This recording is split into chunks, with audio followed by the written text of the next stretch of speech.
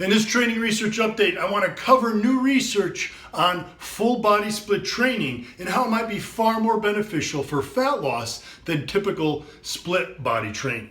Now, those of you who've done my daily grind whole body workout program, you already know just how effective whole body training can be for not only fat loss, but also simultaneously building muscle and strength. New Zealand researchers had high-level trained rugby players. They were trained lifters. Follow a 4-week program. One group followed a whole body training program. Basically, they trained all major muscle groups each workout. They did that 3 times a week. Second group did a typical split training routine where it took 3 separate workouts to train the entire body.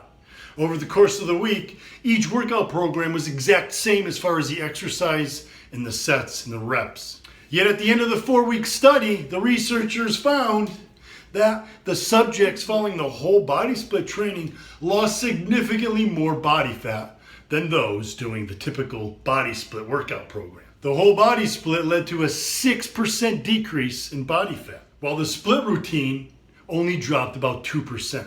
That's quite a significant difference in fat loss.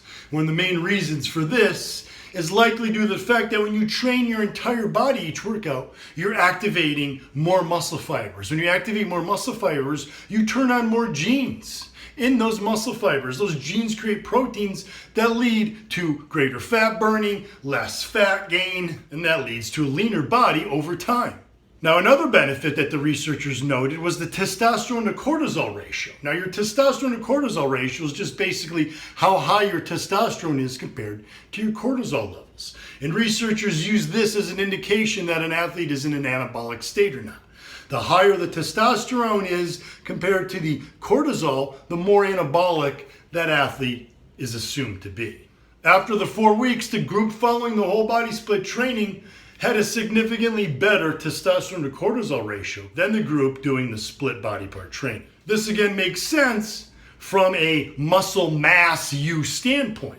Generally speaking, the more muscle mass you use in a workout, the higher your testosterone release tends to be.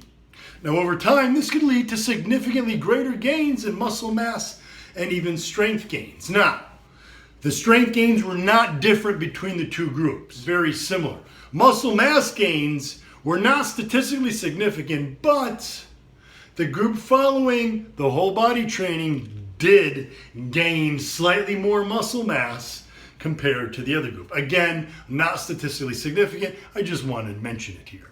Also worth noting is that even though strength gains were different among the groups, when the researchers further split the groups up into what they called more of a stronger group, these are the guys that could squat at least twice their body weight, versus a weaker group, these are guys who couldn't squat 2 times their body weight, squat about 1.5 times their body weight or less. When they split them up into the stronger guys, the weaker guys, they found that in the stronger guys, those who had a higher testosterone response after the 4 weeks, the higher testosterone to cortisol ratio, their strength gains were significantly different than those who did not see that increase in testosterone or that improved testosterone to cortisol ratio. So whether you have a ton of training experience or not, switching up to full body split training can really improve your results in fat loss, possibly even muscle mass gains, and even strength gains. And you know what I say,